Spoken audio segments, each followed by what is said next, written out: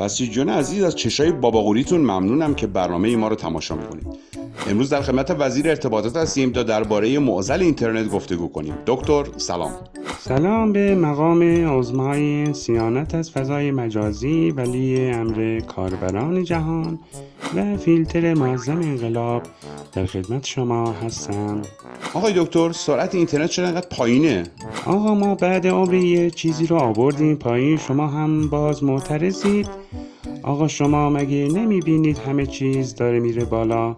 قیمتا داره میره بالا، نرخ دلار داره میره بالا، فشار عظما میره بالا. حالا این وسط ما یه چیزی رو آوردیم پایین، به جای اینکه تشکر کنید میگید چرا پایینه؟ آخه آقای دکتر، این موضوع برای کاربران مشکل ایجاد کرده، ارتباطات رو مختل کرده. اینا که سیاه نماییه، کدوم ارتباطات مختل شده؟ من دیشب با پسرم تو کانادا تماس تصویری داشتم، کیفیت آینه، انگار اصلا پسرم نشسته بود بغلم، من براش پول حواله کردم، اون برای من از وسط پارتی فیلم فرستاد، هیچ مشکلی هم نبود. خب شما که بله، اما منظورم مسئولی نبود، منظورم مردم بود. آقا مگه شما وکیل و وصی مردمید؟ مردم اینترنت میخوان چی کار؟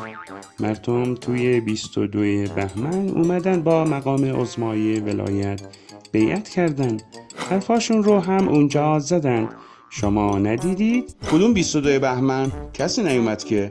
همینه دیگه، میری میشینی پای اینترنت، راهپیمایی میلیونی 22 بهمن رو نمیتونی ببینی؟ حالا شمایی که دیدی مردم چی گفتن؟ گفتن مرگ بر اینترنت، مرگ بر فضای مجازی، ای مرگ بر شبکه‌های اجتماعی، سایت فقط سید علی، فضا فقط فضای ولایی. بله، خیلی ممنون. امیدوارم هرچی زودتر به مطالبات امت همیشه در صحنه پاسخ بدید و اینترنت رو کامل قطع کنید. همه چی رو فیلتر کنید.